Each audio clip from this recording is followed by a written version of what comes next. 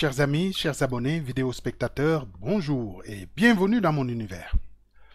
La vidéo d'aujourd'hui est la suite logique de la précédente hors-série, vidéo dans laquelle on a parlé de la cosmogonie kémite au-delà des contes populaires de premier degré dédiés aux masses et aux non-initiés.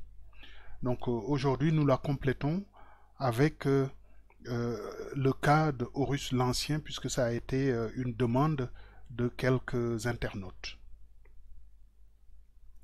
Alors, en guise d'introduction, nous allons vous lire un texte très intéressant de M. Roland Khater, auteur très polyvalent puisque égyptologue, psychologue et architecte à la fois.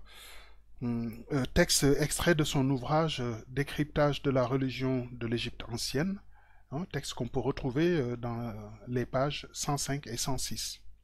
Le texte nous dit: si le corps animal est formé avec les mêmes matières de base que le corps humain, muscles, ligaments, cellules, nerfs, il ne produit pourtant ni le même cerveau, ni la même qualité de conscience.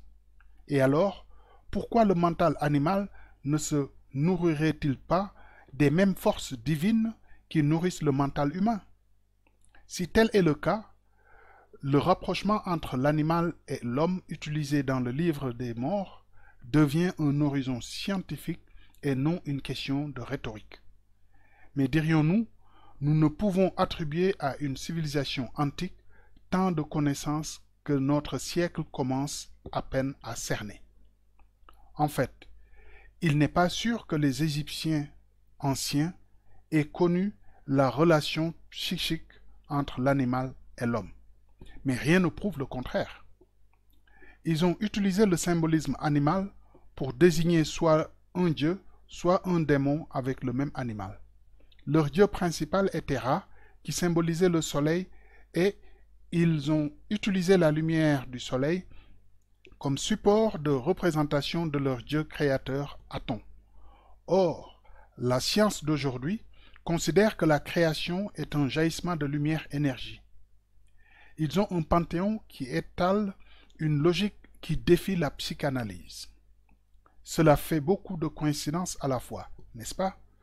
Tout ce que nous pouvons trouver dans leur civilisation et qui nous paraît archaïque ou faux de prime abord prend soudain un sens quand nous enlevons l'écorce qui le banalise. Après cette lecture, nous pouvons retenir au moins un point essentiel. Nous avons une timidité d'esprit ou une peur panique de penser qu'une civilisation antique peut être plus savante que notre connaissance contemporaine, même si nous avons des preuves à l'appui qu'elle a produit des édifices comme les pyramides que nous ne savons construire avec cette même précision. Leur manière de raconter leur vision du cosmos donne du grain à moudre aux psychanalystes de nos temps modernes. La question qui se pose, c'est: saura-t-on franchir le pas et rendre à César ce qui lui revient et sortir du dogme selon lequel le processus de connaissance est linéaire et donc forcément nous les contemporains avons plus de connaissances, surtout en métaphysique, que le monde antique, alors que tout ce que nous connaissons du monde spirituel provient d'eux. Bref, rappelons quelques acquis de la vidéo précédente. En effet, nous avons réussi à établir une équation, une relation d'équivalence entre la gamétogenèse et particulièrement la spermatogénèse et la cosmogonie d'Ionou. Ceci a permis d'un revers de main à disqualifier les accusations concernant l'inceste et l'ammoralité des relations entre les membres de l'Énéade d'Héliopolis, appelé Pstut. Terme qui vient du terme neuf, Énéade, et qui est homophone au verbe psdieu qui veut dire luire, briller. Donc, rien d'étonnant de voir que Ra porte ce que l'on interprète comme le disque solaire.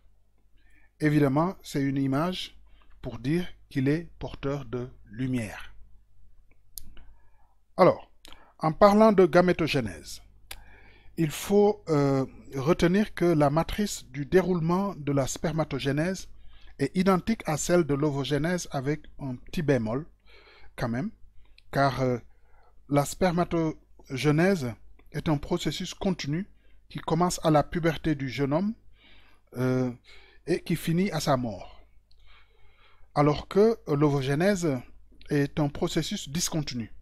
Le cycle menstruel commence à la puberté et se termine à la ménopause.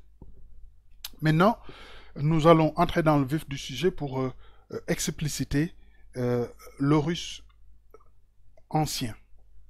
Alors, il est important de savoir que le follicule dominant contient en son sein l'ovocyte. Ce sont deux jumeaux qui existent depuis la phase embryonnaire de la femme. Ils vont passer ensemble les différentes étapes de croissance folliculaire, donc de follicule primordial à primaire, secondaire, tertiaire, de follicule mûr appelé follicule de De Graaf. Et enfin, au 14e jour du cycle menstruel de la femme, le follicule se déchire pour libérer l'ovocyte qui va prendre le nom de l'ovocyte 1. Et ce qui reste du corps du follicule dominant va se transformer en corps jaune. Et c'est ce corps jaune-là qui va produire l'hormone appelée la progestérone et qui, si toutefois l'ovocyte est fécondé, pourra maintenir la grossesse jusqu'à ce que tous les équipements nécessaires soient installés, comme par exemple le placenta. Alors, l'ovocyte 1 était bloqué en préméiose 1. Donc, dès l'ovulation, on va assister à la première séparation des chromosomes homologues. Et donc, ce qui va donner donner naissance au globule polaire 1 et à l'ovocyte 2. Mais l'ovocyte 2 aussi va se bloquer en préméiose 2 et ne sera débloqué que si l'ovocyte est fécondé. Donc, comme je disais tout à l'heure, nous avons la séparation des chromosomes homologues, mais les chromatides sœurs ne sont pas encore séparés. Donc, c'est comme si nous avions Geb et Nout qui sont intriqués. Et c'est là qu'arrive le porteur de lumière, c'est-à-dire le spermatozoïde.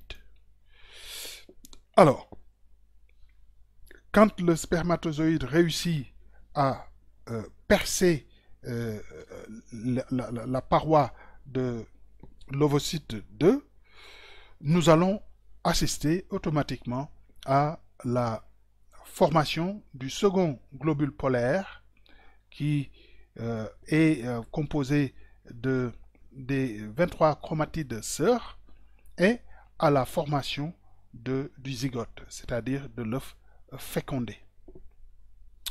Donc, nous voyons bien que Horus l'Ancien est identifiable et que quand on nous parle qu'il est fils de Geb et Nout, nous voyons pourquoi. Quand on dit qu'il est fils de Ra, nous voyons pourquoi. Quand on dit qu'il est le fruit d'une relation intra-utérin entre Osiris et Isis, nous voyons aussi pourquoi. Donc, je vous laisse deviner une si évidente évidence, pour ainsi dire. Alors, en conclusion, nous voyons donc que tout ceci est un prélude à la seconde naissance, donc à la renaissance. Et donc, quand on prononce le terme âme hein. Il faut penser au caneton dans l'œuf. Que serait la droite sinon un lieu de gestation dans les ténèbres au sein du corps de Nout? La semence fécondante est personnifiée par la momie dressée, souvent identifiée à Osiris. Les dubitatifs nous diront, c'est du concordisme, encore une fois. Et ils aiment bien utiliser les gros mots. D'ailleurs, ils en ont encore un autre, quelque chose comme herméneutique ou des trucs comme ça. Mais bon, une réponse est très simple. Nous connaissons l'histoire des chiens et de la caravane. N'oubliez pas de vous abonner, d'aimer la vidéo et de la partager au grand maxi. Parce qu'une connaissance qui n'est pas partagée est une connaissance morte. Donc, soyez beaucoup plus actifs et partagez au grand maxi les vidéos. Merci beaucoup de votre soutien et je vous dis à bientôt.